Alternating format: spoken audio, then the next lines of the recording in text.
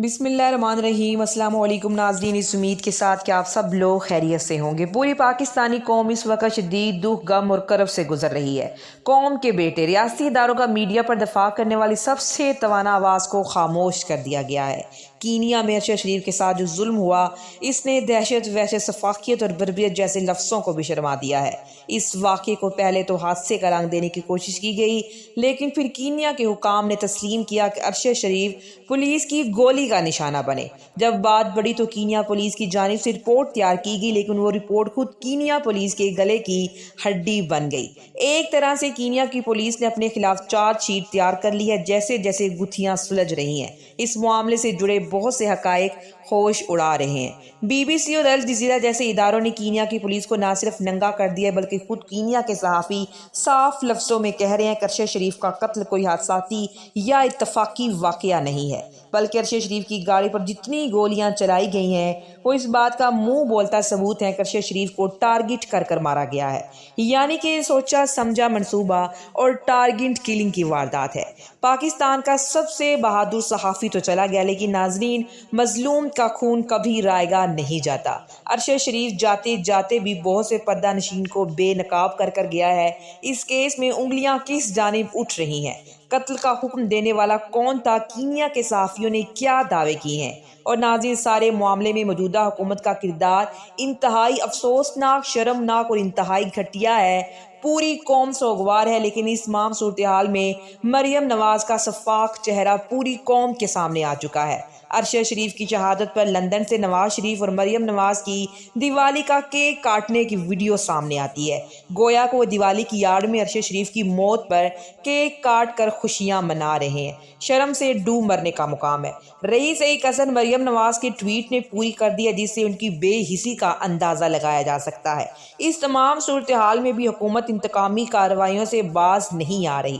مصدقہ اطلاعات ہیں، ارشد شریف سے متعلق میڈیا ٹرینڈ کنٹرول کرنے کے لیے اب حکومت نے FIA کے ذریعے کریک ڈاؤن کا منصوبہ بنا لیا ہے، جس پر بہت جلد عمل درآمد ہوگا۔ اس معاملے پر ایکٹیو رہنے والے ٹویٹر ایکٹیویسٹس کی فہرستیں بھی تیار کر لی گئی ہیں، بلکہ FIA حکام تک پہنچا دی گئی ہے۔ جیسے ہی اوپر سے گرین سگنل ملے گا، ان تمام بے قصور لوگوں کو گرفتار کرنا شروع کر دیا جائے گا۔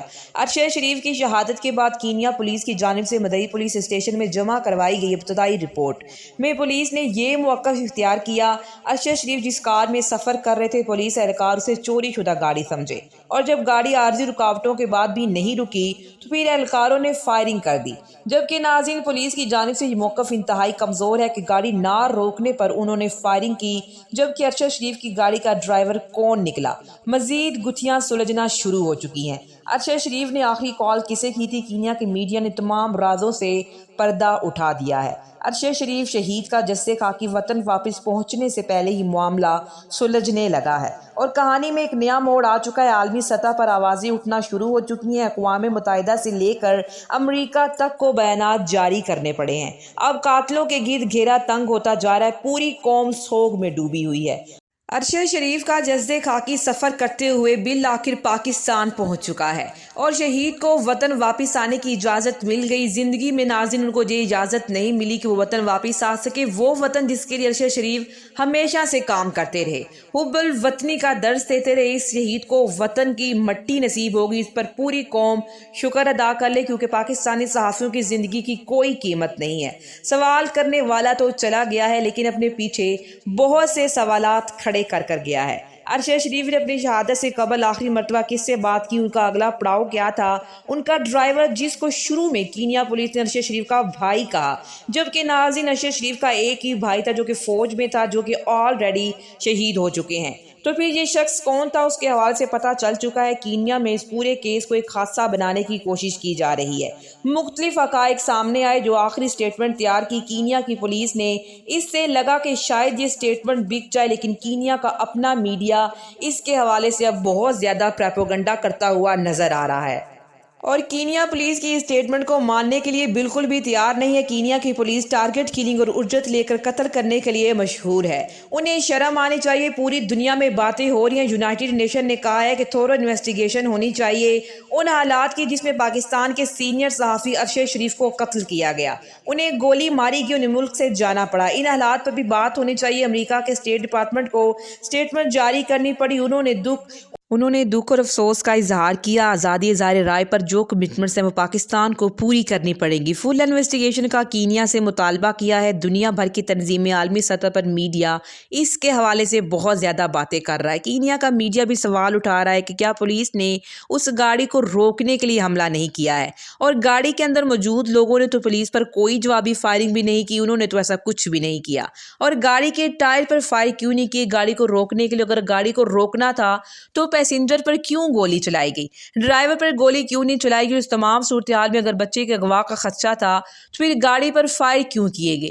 اس سارے معاملے پر سوالات ہی سوالات اٹھ رہے۔ ان سب کے اندر پولیس کا کہنا کہ گاڑی بڑی کامن تھی، اور اگر گاڑی بڑی کامن تھی تو ایسا معاملہ ہی کیوں پیش آیا؟ پولیس نے دو گاڑیوں کے الگ الگ نمبرز کو کیسے کنفیوز کر دیا؟ کلر اور ماڈل ابھی تک کینیا کی پولیس نے نہیں بتایا کہ کیا تھا۔ ایک صحافی نے بہت زبردست سوال اٹھایا ہے کہ ارشد شریف نیروبی میں کیوں تھے، اور نیروبی سے پھر آگے مغادی ٹاؤن کیوں گئے جو نیروبی سے تھوڑا سا دور ہے؟ ان کا میزبان کون تھا؟ وہ کہاں پر قیام پذیر تھے؟ پولیس کے نیریٹو کے مطابق ڈرائیور نے گاڑی کیوں نہیں روکی؟